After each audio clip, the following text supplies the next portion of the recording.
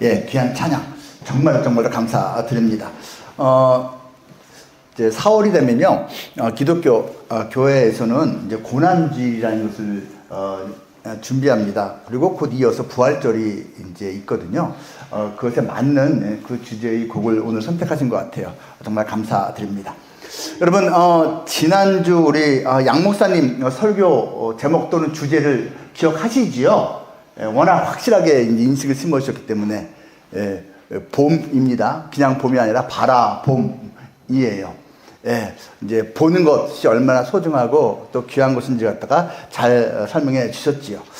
여러분, 우리도 한번 우리 양 목사님 전 흉내냅니다. 옆에 있는 분을 다시 한번 바라보시면서 당신 소중합니다. 한번 인사하면 좋겠습니다. 옆에 있는 분들 인사하시죠. 당신 소중합니다. 사장님 좀 봐주세요. 자꾸 왜 이러느라고 좀 봐주세요 좀.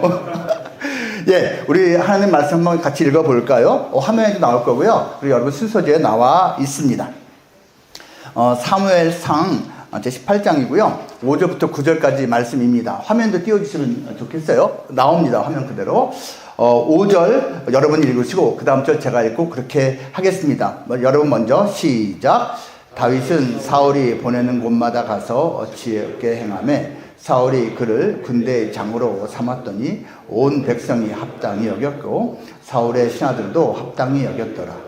무리가 돌아올 때 곧 다윗이 블레셋 사람을 죽이고 돌아올 때에 여인들이 이스라엘 모든 성읍에서 나와서 노래하며 춤추며 소고와 경세를 가지고 여기서 경세는 꽹과리입니다. 꽹과리를 가지고 왕 사울을 환영하는데 여인들이 뛰놀며 노래하며 이르되 사울이 죽인 자는 천천히요 다윗은 만만이로다 한지라. 사울이 그 말에 불쾌하여 심히 노하여 이르되 다윗에게는 만만을 돌리고 내게는 천천만 돌리니 그가 더 얻을 것이 나라 말고 무엇이냐 하고 그날부로 사울이 다윗을 주목하였더라. 아멘. 여기도 이제 주목이 나오네요. 집중해서 봤다는 뜻인데요. 그러니까 애정을 가지고 기대를 가지고 봤다는 게 아니고요. 째려봤다, 노려봤다, 그 의미인 것 같지요. 오늘 이제 말씀 주제는요, 어떤 불행은 피할 수 있다입니다. 이게 또 무슨 말이냐면 사실 어떤 불행은 피할 수 없다가 되기도 하지요. 어떤 목사님이요, 이제 휴일에 사랑하는 이제 가족, 아들, 딸, 또 아내를 데리고서 이제 강원도에 이제 좀 리프레시를 하러 이렇게 운전을 가다가요. 갑자기 맞은편에서 중앙선을 넘어서 어떤 차가 자기 차를 갖다가 정면 충돌을 들이받고 말았어요. 그래서 차에서 불이 났습니다. 가족이 다 다쳤어요. 근데 특별히 딸이 얼굴에 화상을 크게 입었습니다. 정말 속상한 일이죠. 사실 여러분, 우리가 운전할 때 이 중앙선 저쪽에 있는 차들이 일로 넘어오지 않을 거라는 나름대로의 신뢰가 있기 때문에 운전을 하는 건데 갑자기 넘어오는 걸 어떻게 피합니까? 이거는 사실 그 목사님이 자초한 불행은 아닙니다. 살다 보면 그런 일이 있을 수도 있는 게 인생이거든요. 그런데 적어도요, 그 사고 내신 분, 나중에 경찰 조사해보니까 음주운전이었습니다. 심하게 마셨으면 사실 운전대 잡으면 안 되는 거죠. 근데 그분이 그렇게 하셨어요. 그리고 사고를 내고 그분도 힘든 시간을 보냈겠지요. 그건 자초한 불행입니다. 세상에는요, 모든 불행을 피할 수는 없지만 적어도 어떤 것들은 피할 수가 있거든요. 근데 그걸 피하지 않는 것은 사실은 어리석음이라는 것이고 교만이라는 것입니다. 그리고 그 대표적인 인물이 오늘 성경 본문에 나와 있습니다. 바로 사울 왕입니다. 여러분, 이거 많이 보셨죠? 폭삭 속았수다. 보신 분 꽤 있으실 것 같아요. 저는 언제나 그러듯이 정쟁은 안 했고요. 유튜브에서 앞주판으로만 내용 파악만 전체를 했습니다. 수고 많았습니다라는 제주도 방언이라고 합니다. 근데 저는요, 이렇게 저 압축판으로 된 것만 보면서도 마음이 찡하고 눈물 나는 일들이, 장면들이 많이 있더라고요. 그리고 참 이렇게 행복한 어떤 느낌을 많이 가졌습니다. 정주행을 한 제 아내도 똑같은 얘기를 하고요. 주변에서 이런 말씀하신 분들 많습니다. 주인공은 저쪽 이름으로 이제 작품에서 이름은 남편이 양관식, 아내가 오애순입니다. 물론 저기서는 포스터에서 이제 우리가 박보검을 볼 수가 있죠. 그리고 저 여자 이름이 뭐죠? 네, 아이유 맞습니다. 근데 아무도 이렇게 성장한 오른쪽에 있는 포스터에 있는 주인공 이름 말하지 않네요. 연기를 너무너무 잘 했습니다. 제 아내가 그 말을 하더라고요. 제 아내가 저기서 이제 남편 역할로 나온 저 양관식 역할로 나온 저런 사람은 유니콘이라고 사람들이 말하는데 무슨 말이야? 왜 유니콘이야? 코가 이렇게 나왔어? 그랬더니 그러더라고요. 세상에는 없는 존재. 그만큼 아내에 대한 사랑이요. 그냥 평생 동안 지고 지순하더라고요. 정말 따뜻함을 주는 그런 작품입니다. 그런데요, 이 부부도 한평생 동안 힘든 일이 많았습니다. 너무너무 가난하게 살았어요. 나중에 좀 나아졌지만요. 그래서 사실 고등학교도 제대로 나오지 못할 만큼 그러한 힘든 시간을 보내기도 했습니다. 또 남편이 직장을 잘 얻지 못한 기간들도 있었어요. 그러니까 당연히 속상한 일이 있었겠죠.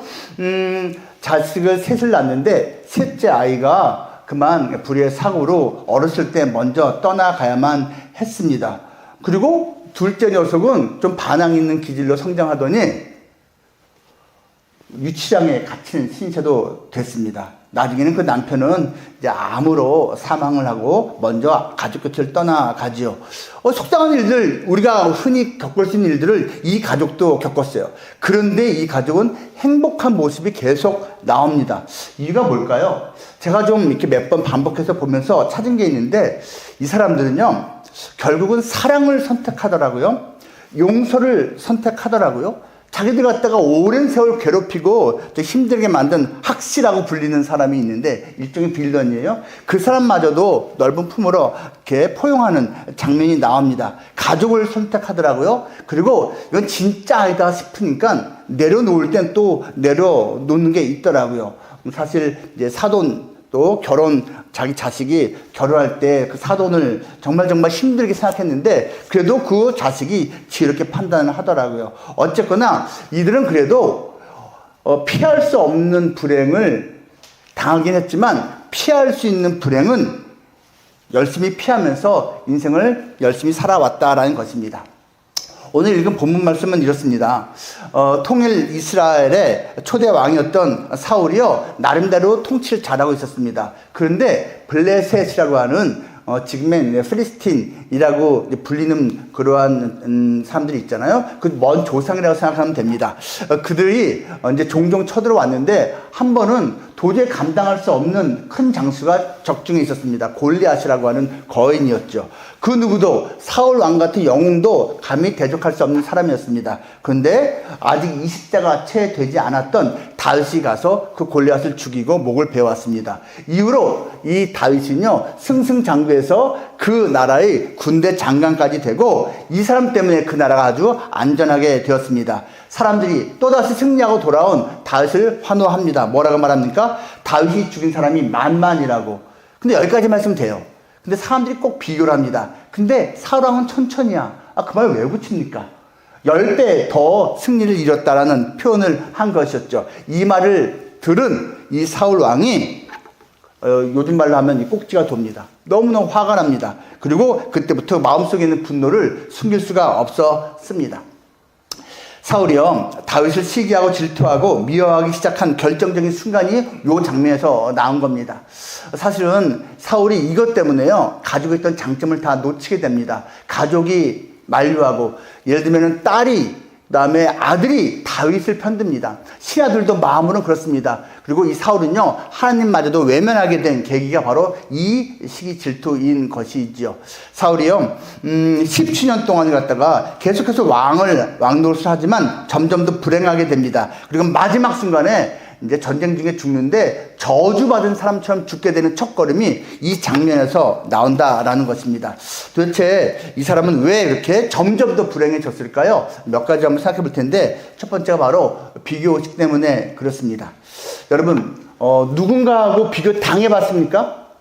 근데 내가 좀 좋은 쪽으로 비교 당하면 괜찮은데 나쁜 쪽으로 비교 당해본 적 없습니까? 기분 좋을 수가 없습니다. 그리고 여러분 혹시 누군가를 비교해 본 적 있습니까? 제가 목사잖아요. 여러분, 목사가 비교 당할 때 특별히 뭐가 이제 키워드인지 아십니까? 목사는요, 이 설교라는 부분에 있어서, 그 다음에 성장, 교회 성장이라는 부분에 있어서 비교당할 때 되게 예민합니다. 뭐 다른 사람들도 그런 부분이 있겠지만 목사는 더더욱 그러합니다.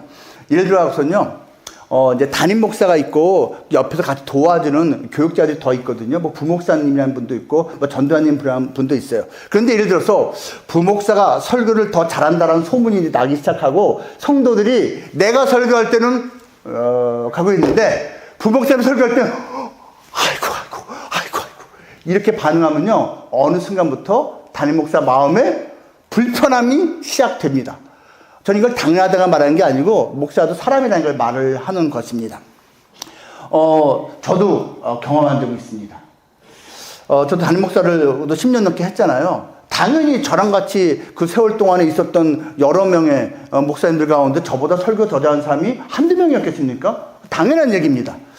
야, 그때 제가 비교를 딱 당합니다.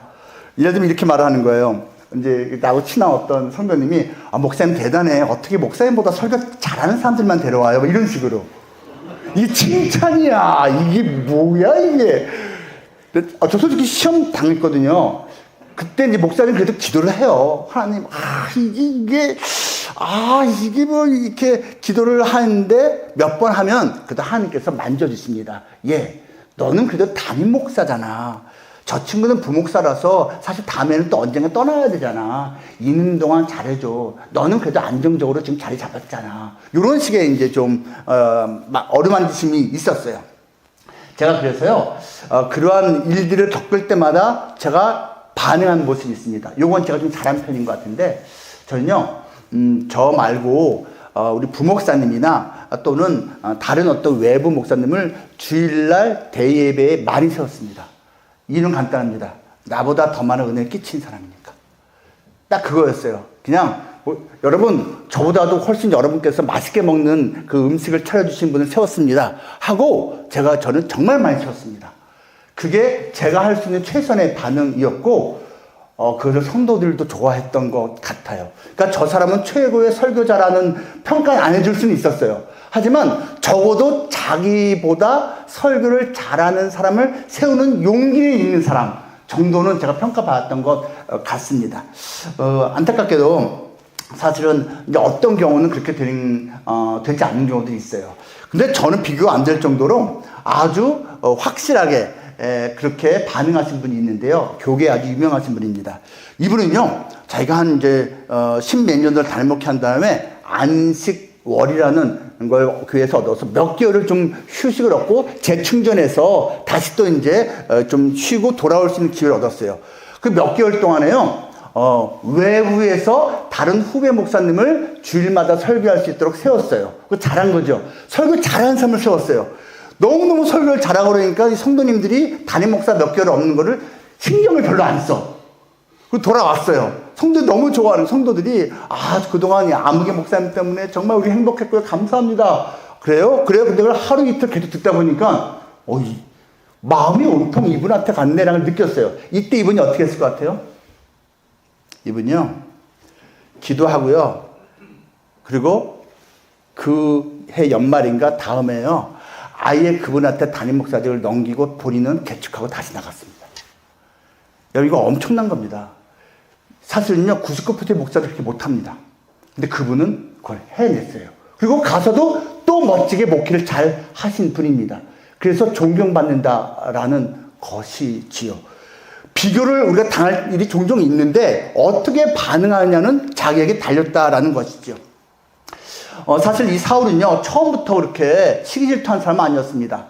사울은요, 이제 처음에 하나님께서 왕으로 지명해 줬을 때 내가 무슨 왕이에요? 하고 숨은 사람이에요. 하나님께서 지정한 것을 정확히 보였을 때, 제가 사울이고, 그럼 제가 왕 할게요. 이렇게 안 했어요. 내가 무슨 왕이에요? 하고선 짐 사이에 숨은 사람입니다. 엄청나게 지나칠 정도로 겸손한 사람이었습니다. 하지만 나중에 이제 사실 이것은 지나친 겸손 곧 열등감이라는 것이 밝혀지긴 하죠. 그리고 하나님의 도우심으로 이 사람이 전쟁 영웅이 됩니다. 승승장구합니다. 그때 이 사람이 갑자기 태도가 바뀝니다. 어떻게 하는지 아십니까? 내가 전쟁 승리했지, 기념비 세우자. 기념비를 자꾸 세웁니다. 여러분, 성경에서는요, 기념비 세우는 왕은 다 교만한 왕입니다. 악한 왕입니다. 예를 들면요, 이제 조금 세대가 한 2세대 흘러가고선 다윗이 나중에 왕이 되거든요. 그 다윗의 왕 중에, 다윗 아들 중에 압살롬이라는, 교회 다니는 사람들 많이 들어본, 그러한 악한 아들이 있습니다. 압살롬. 나쁜 놈입니다. 그, 압살롬이요, 아버지한테 쿠데타를 일으켜요. 얼마나 나쁜 놈입니까? 근데 이 압살롬이 한 게 뭔지 아세요? 지가 아직 왕도 안 됐는데 기념비를 세우는 걸 좋아했습니다. 성경에서 기념비는 교만과 어리석음의 상징이거든요. 이 사울 왕이 그랬다니까요. 처음에 숨어있던 사람이 나중에 어떻게 했다고요? 좀 잘 되니까 내가 이 정도야. 기념비 남겨야지. 너무 극단을 왔다 갔다 하지 않습니까? 한편으로는 지나칠 정도의 겸손. 사실 이것은요, 열등감이죠. 그리고 한편으로는 지나친 자신감, 우월감입니다. 그럼 이게 좀 다른 건가요? 그렇지 않습니다, 여러분. 우월감은요, 강력한 열등감입니다. 이 열등감과 우월감은요, 같이 붙어 있는 거예요. 뒤집으면 이게 똑같은 거란 이야기입니다. 그래서 이것을 팀켈러 목사님은 이렇게 말했습니다. 열등감과 우월감은 같은 엄마 배에서 나온 일란성 쌍둥이다. 사실 내적으로 충만한 사람은요, 지나치게 우월감 갖지 않습니다. 함부로 삶을 갖다 하대하지 않습니다. 그리고 내적으로 충만한 사람은 지나치게 비굴하게 또 열등감 갖고 살지 않는다는 이야기입니다. 학시, 이거 들어가 보신 분 다 압니다. 이 사람이 성이 학이 아니에요. 이 사람의 멘트가 주로 학시, 이게 학시예요.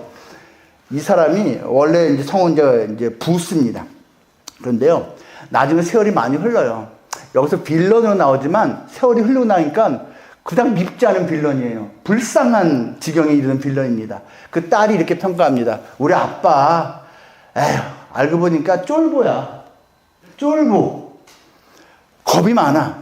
그러니까 겉으로 확 센 척하고 막 사람 왔다가 하대하고 함부로 돼 있던 거예요. 이게 같이 붙어 있다는 겁니다. 열등감과 우월감이 사실 붙어 있다라는 것이죠. 여러분, 아마데우스 저 영화 보신 분이 있나요? 사장님 보셨을 까 제가 확신합니다. 예. 여러분, 이게요, 나온 지 40년 됐습니다. 미국에서 1984년, 우리나라가 1985년에 개봉됐거든요. 그러니까 저거 보신 분은 연식이 확실히 이제 되신 거지요. 대히트를 쳤습니다. 이 아마데우스에서는요, 실존 인물들이 등장합니다. 모차르트하고 살리 에리라고 하는 사람입니다. 오스트리아 빈의 궁중 음악가 리더였습니다. 이 살리 에리가요, 왕의 총애를 받고 대중의 사랑을 받으면서 정말 승승장구 인생 살고 있었는데 어느 날 소문이 들립니다. 웬 어떤 이제 젊은 청년이 음악을 하는데, 작곡을 하는데 천재더라. 저 길거리 음악, 뭐 정확히 말하면 길거리는 아니죠. 살롱 음악이죠. 아, 정말 엄청난 천재가 탄생했다. 소문이 나기 시작했습니다. 처음에 신경 안 썼는데 계속 들리니까 약간 거슬린 거예요. 근데 왕도 들었습니다. 한번 데려와 보지. 왕궁에 갔습니다. 아, 왕궁 예절 하도 몰라요. 천방지축이에요. 연기를 워낙 잘했습니다. 정말 가벼움의 그 자체. 그런데 막상 피아노 앞에 딱 타니까 천재가 다르긴 다른 거예요. 그걸 보고, 연주하는 모습을 보고 이 살리에리가 긴장을 합니다. 저게 뭐지? 몰래 저 모차르트가 작곡한 그냥 초안, 퍼스트 드래프트를 갖다가 훔쳐봤습니다. 그리고 그 훔쳐보면서 너무너무 놀랍니다. 왠지 아십니까? 그냥 머리에 떠오른 것 갖다가 그냥 악보에 적은 건데 수정한 것이 한 번도 없습니다. 그러면서 나중에 그는, 살리에리는 회상하면서 이렇게 말합니다.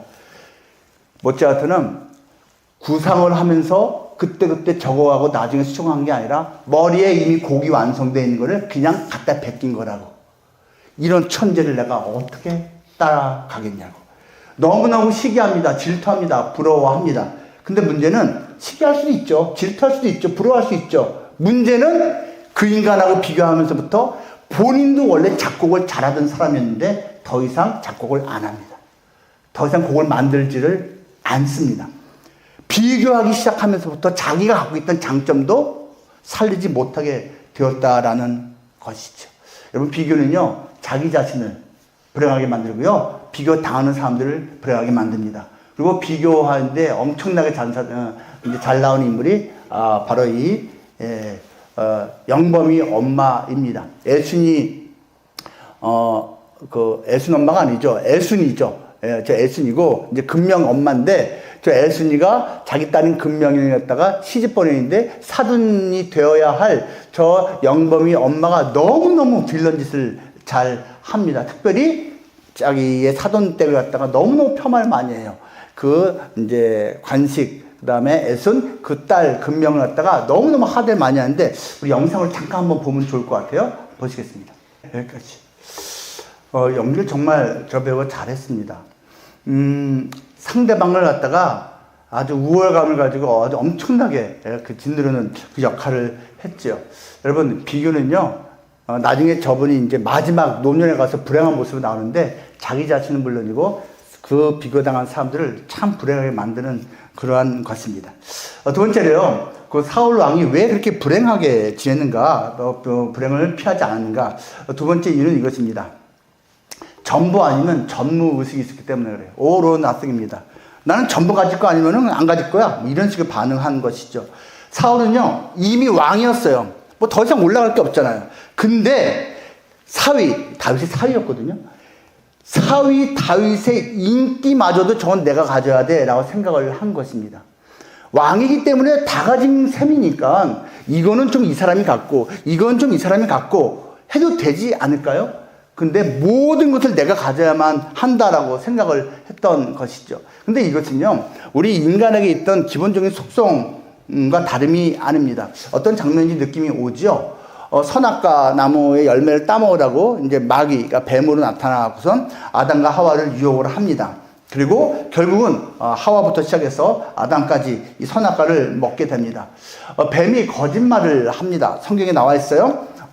하나님이 말 듣지 않고 네가 이렇게 해도 너는 절대 안 죽어. 하나님이 이거 먹으면 죽는다고 했거든요. 하나님이 거짓말한 거야. 넌 먹어도 절대 안 죽어. 그리고 이거 먹으면 너도 하나님처럼 될 거야. 이게 엄청난 거짓말들이거든요. 그런데 아담과 하와가 이 말을 듣습니다. 그리고 결국은 먹게 되죠. 여러분 성경을 읽어보면요, 하나님께서는요, 그 에덴 동산의 모든 것을 아담과 하와에게 줬어요. 모든 것을 다 먹게 했어요. 다 네가 가지고 다 먹어. 근데 except one, 이것만 빼고 했어요. 근데 아담과 하와가 원한 건 뭐죠? 그것까지도, 그 나머지 하나까지도 갖겠다 였습니다. 하나 빼고 다 갖고 있는데 그 하나까지도 내가 갖고 말겠다. 최초의 인간은요, 자기가 모든 것을 가지면 자신이 하나님처럼 될 줄 알았습니다. 그리고 그 속성은 지금까지도 이어지고 있습니다. 티클러 목사님이 쓴 이제 내가 만든 신이라는 책, 여러분 기회 있어 한번 읽어보시면 정말 좋을 것 같아요. Counterfeit Gods라고 합니다. 모조품 신들이라는 것인데요. 이 책 내용이 이걸 다루고 있어요. 내가 이것도 가지고 저것도 가지고 다 가지면 내가 하나님처럼 완벽하게 살 수 있겠지. 내가 최고의 완성된 행복을 가질 수 있겠지라고 착각을 한다라는 것입니다. 아까 나왔던 그 빌런 역할, 영범 엄마가 사실 엄청난 소유욕입니다. 무슨 소유욕이요? 아들을 소유하려고 합니다. 그리고 아들이 가진 모든 것을 자기가 갖고자 합니다. 그 아들을 컨트롤하려고 하는 그런 우상이 있었어요. 조종하려고 하는 게 있었어요. 아들을 갖다가 모든 것을 자기가 차지하고 싶었던 것이죠. 근데 결국은 그렇게 하지 못합니다.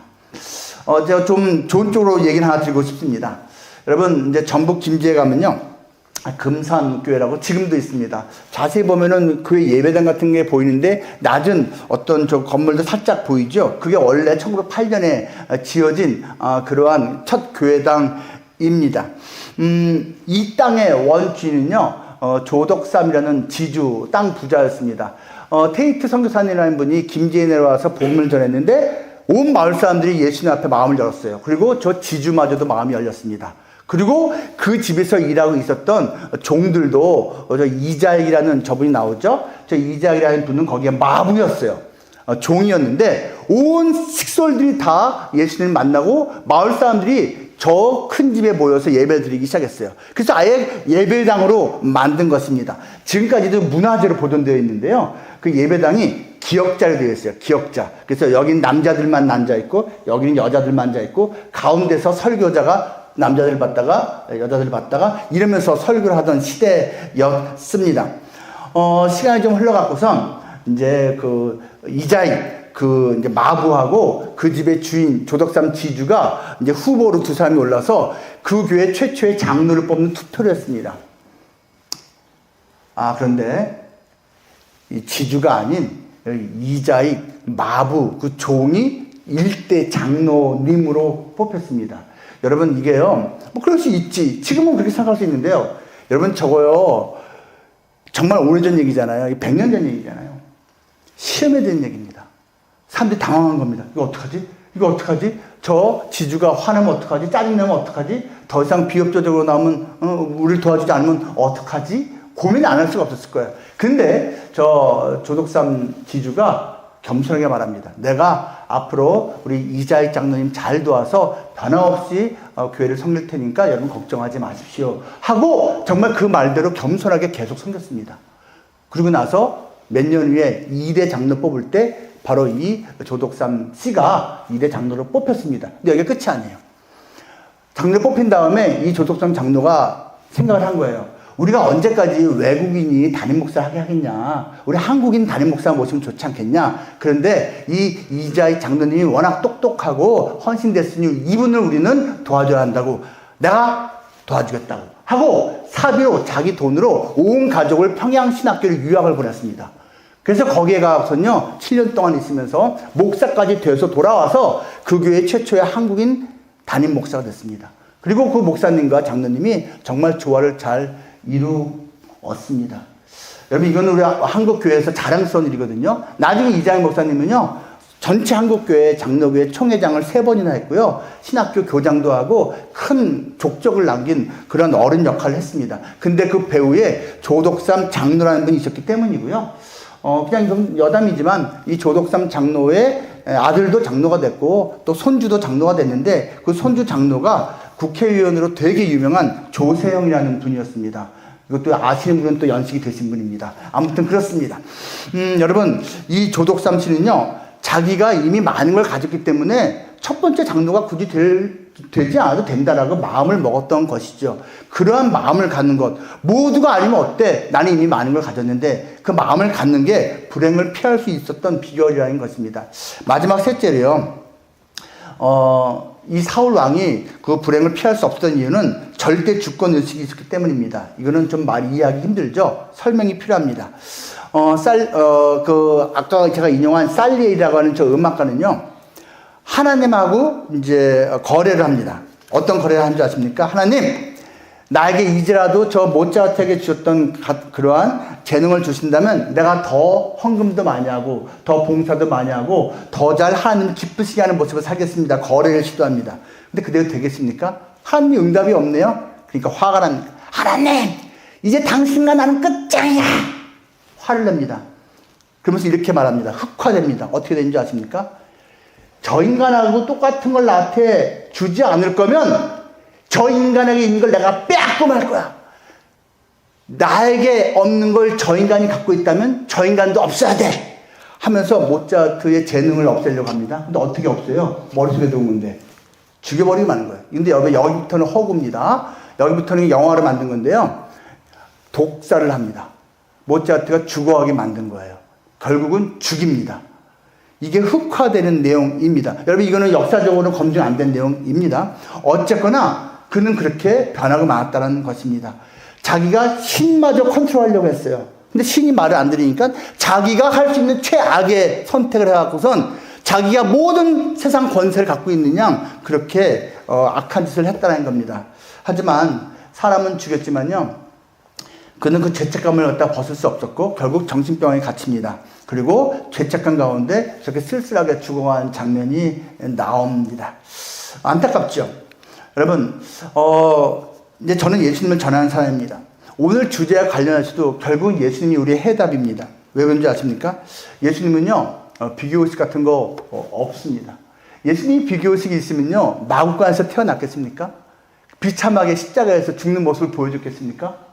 예수님은 그런 거 없었습니다. 그리고 마찬가지로 우리를 비교하지도 않습니다. 얘는 나한테 엄청 충성해. 너는 뭐냐? 얘는 성경을 갖다가 1년에 한 번씩 읽고, 너는 뭐하냐? 예수님 이렇게 하신 분 아니에요.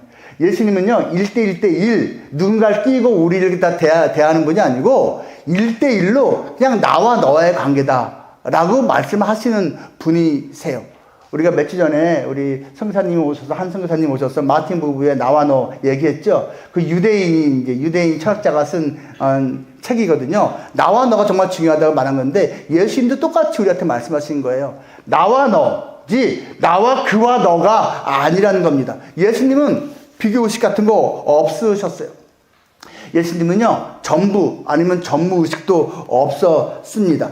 예수님은요, 우리 있는 모습 그대로 받아주시는 분이에요. 야, 네 모든 걸 나한테 바쳐. 너 보니까 네 가진 거에 20%밖에 바치지 않네? 나 안겨도 안 받을래. 야, 다 주든지 말든지 해. 이런 식이 아니에요. 예수는 내 모습 그대로 받아주신 분이에요. 내가 때가 있고 허물이 있고 부족하고 실수했어도 내 모습 그대로 받아주신 분이 예수님이라는 겁니다. all or nothing이 아니라는 거예요. 그리고 한 가지 더요. 예수님은 절대 주권조차 없으셨습니다. 이거 이해가 안 되시죠? 저 같은 크리스찬은 예수님이 하나님이라고 믿거든요. 절대자라고 믿어요. 근데 절대자에게 절대 주권의식이 없다고요? 이렇습니다. 예수님이 십자가에서 죽으신 것 자체가 자기의 권세를 내려놓으신 거예요. 생명의 주권자가 자기 생명을 내어놓은 거거든요. 근데 죽기 전에 동산에서 아버지 하나님하고 기도를 합니다. 거래가 아니에요. 이렇게 말씀합니다. 아버지, 저 두려워요. 아버지 하실 수 있으니까 이 잔, 죽음의 잔 내가 먹게 하지 마시고 좀 치워주시면 안 됩니까? 치워주세요. 근데 결국 이렇게 말씀하십니다. 하지만 내 뜻대로 말고 아버지 뜻대로 해주십시오. 그리고 그 아버지의 뜻대로 결국은 죽습니다. 또 한 가지. 언젠가 제자들이 묻습니다. 이 세상의 마지막 종말의 때가 언제입니까? 절대자 하나님이신 예수님 알고 있어야 당연한 거 아닙니까? 근데 이 아들 하나님이신 예수님이 이렇게 말합니다. 그 마지막 때는 천사도 모르고 아들도 모르고 누구도 모른다. 오직 아버지 하나님만 아신다. 이게 무슨 말이냐면요. 그 마지막 때를 세상의 종말을 정하는 것은 아버지 하나님만이 아시도록 자기는 권세를 내려놨다는 뜻입니다. 절대자마저도 자기의 절대 권세를 내려놓으신 분이 예수님이에요. 그래서 그 예수님을 우리가 붙잡으면, 예수님이 내 안에 있으면 이렇게 어리석은 사울처럼 사이네일처럼 그 인생길을 걸어가지 않을 수 있다라는 것입니다. 그리고 우리가 다른 많은 피해야 할 길들이 있지만 적어도 오늘 주제 비교에 관한 이러한 것만큼이라도 우리는 피하고 그만큼의 불행을 피할 수 있는 지혜를 갖게 된다라는 것입니다. 항상 말씀드리지만 예수님은 진짜입니다. 살아계신 진짜 존재하신 분이고요. 예수님이 오늘도 여러분과 함께 하시고 예수님이 우리 벽산과 변함없이 늘 함께 하시길 축복합니다. 기도하겠습니다. 하나님 아버지, 하나님이 사랑하시는 우리 벽산의 가족들이 또 오늘 모여서 잠시 하나님 말씀을 나누었습니다. 찬송했습니다. 그리고 기도합니다. 그 옛날 사울이 하나님을 안다고 하면서도 결국은 하나님을 대적하고 피하는 길로만 살았습니다. 그리고 불행을 자초하고 말았습니다. 우리는 그렇게 어리석은 자가 되지 않기를 원합니다. 예수님이 내 안에 있을 때, 예수님이 나와 함께 있을 때, 우리가 그 예수님의 옷자락을 잡을 때 그 길을 피해갈 수 있을 것으로 믿습니다. 주님, 우리 벽산의 가족들 쉽지 않은 시간 보내고 있습니다. 잘 감당하도록 인내하도록 힘주옵소서. 그 가족을 돌봐주시고 기쁨, 평안 주시옵소서. 존귀하신 예수님 이름으로 기도합니다. 아멘.